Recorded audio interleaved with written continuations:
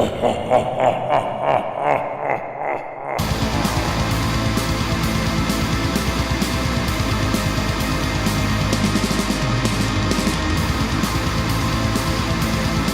boys, Chubby coming at you for another Humber Wednesday.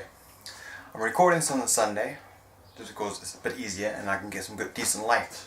Otherwise at night it's a little bit dodgy lighting. But I squashed up here because I'm cleaning up my my kegel. Just gave it a good clean out, so I was letting it dry and just dry out so I don't get fungus. Mold. There we go. Because we battle from that here in New Zealand, and you can see it's getting quite warm. Summer is definitely on the way. And speaking of summer, this is going to be fantastic for summer. And what is this that I'm talking about? Ooh, that's what I'm talking about. This is a sample of my casket ale. It's been fermenting for a week. Good. Okay, so it's been fermenting for a week. I fermented for the first 2 days at 18 degrees Celsius to keep the S's down, and then every day after that I upped it just a little bit so I can get up to 21 degrees Celsius so I can do my diastole rest. Diastole rest, there you go. So I'm going to do the diastole rest for about 5 days, because all in all I like to do about 3 weeks for my fermentation. First week fermentation, second week diastole rest and let the yeast set out, and then the third week I do my dry hopping. I need to dry hopping for about 5 days. So let's crack into it. So here it is. Still a bit cloudy, quite a lot of yeast. You can see I put it in the fridge so you can see there's a bit of yeast down at the bottom there. This is with 1 packet of US-05 and there, so let's get a bit of a whiff. Oh, okay, so straight off, much better. Also, let me just start. This is the beer that I did the brewing salts with. It's because I've been always lacking a bit in the hop character and hop aroma. So, first off, hop character is much more distinct, much more pungent. Pungent to it. When I first took off the first sample from the first batch, I didn't get much hop aroma. It was cool, it was good, but it wasn't quite there. This one, straight off the bat, mango, pineapple, tropical fruits, and a nice malt backbone. Not much, a little bit more hop dominant at the moment, and I'm hoping to kick those hops up even more when I dry hop. So, kind of nice game. It almost has a bit of like a Pilsner backbone. It reminds me very much of a Pilsner lager, which I think is kind of understandable because it's just a single grain, so it has fermented out. Starting gravity was 20 liters of 1052.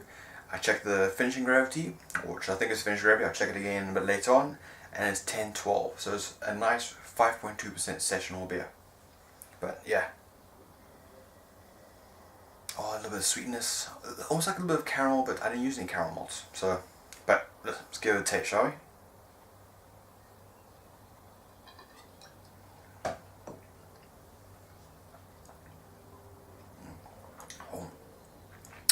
Okay, so the mouthfeel is very light, quite I was aiming for medium body, but it's a bit on the light side. Almost lager Pilsner body, which is still understandable. Single malt, attenuated quite low down. It's nice. It's nice and dry. It's got the dryness is quite nice and crisp. The hops are quite nice. They mango, pineapple, with a bit of sweet malt in the background. The bitterness, which I was having a bit of, I was worrying about because of the whole gas bottle situation. It's quite nice. It's nice and smooth.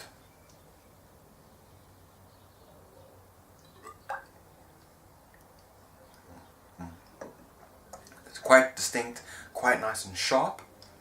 Oh yeah, it's distinct. That's what the thing. None of my beers really had a distinct bitterness. You know, even if I crapped ton of hops, this is sharp. It's you can taste it. It's like and with that sharpness and the attenuation of the beer, it's got a lot drier finish. You want to say puckering a little bit, mouth puckering a little bit, but not that bad. I think if you added some different malts in there, a bit of caramel malts, maybe a bit of carapulse in there just to help with the mouth and the body, maybe even a bit of Munich malt in there to help give it a bit of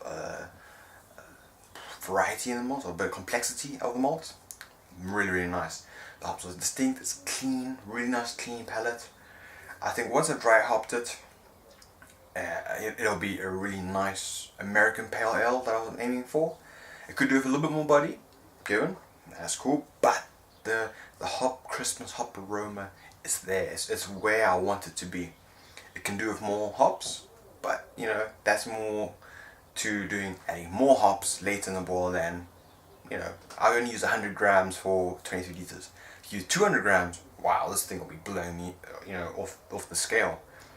I still have to dry hop this with about 40 grams of mosaic, so that's going to help them after a little bit. That's going to help the aroma. It's going to really make it punch. But it's going to be interesting to see. Ooh, actually, it's slightly carbonated. Can't see it, sorry.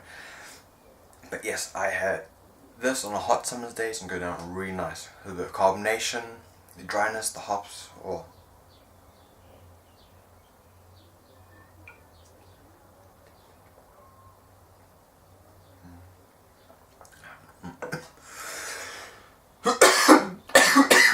Excuse me. I ran down the wrong pipe. There is a bit of a alcohol buzz in there. I think it's still quite young, so it does have that. It's 5.2, so it is nothing crazy, but it is still young. It needs to mellow out a little bit. It needs all the flavors to mellow and get together, but it's tasting nice. I wouldn't go as far as saying it's solvent, but there is quite a bit of alcohol, but I might just be overthinking this right now.